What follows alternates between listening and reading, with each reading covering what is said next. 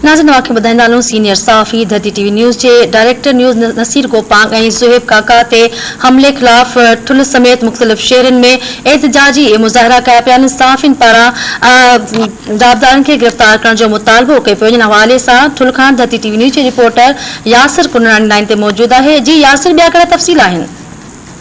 जी बिल्कुल, कराची के गुलिस्तान जोहर वाले इलाके में धरती टीवी न्यूज़ के न्यूज़ डायरेक्टर नसीर गोपांग और एंकर पर्सन ज़ुहैब काका मथा हथियारबंदन जो हमलो किया उन्हीं के खिलाफ अज प्रेस क्लब ठुल के सहाफ़िन पारां एहतजाजी मुज़ाहिरो किया पियो।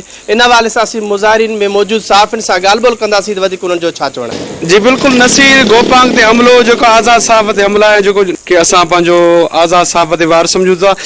एक सिंधी टीवी चैनल के डायरेक्टर न्यूज़ एंकर पर्सन ते हमलो सिंध सरकार खार के वडे वज़ीर इंफॉर्मेशन के फौरी तौर मामले नोटिस वठण घुर्जे।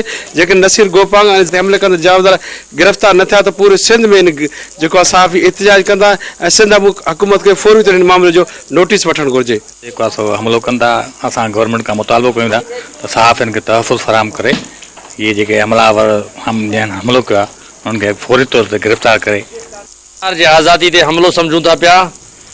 सॼे सिंध में अमन अमान जी हालत इंतहाई ख़राब है।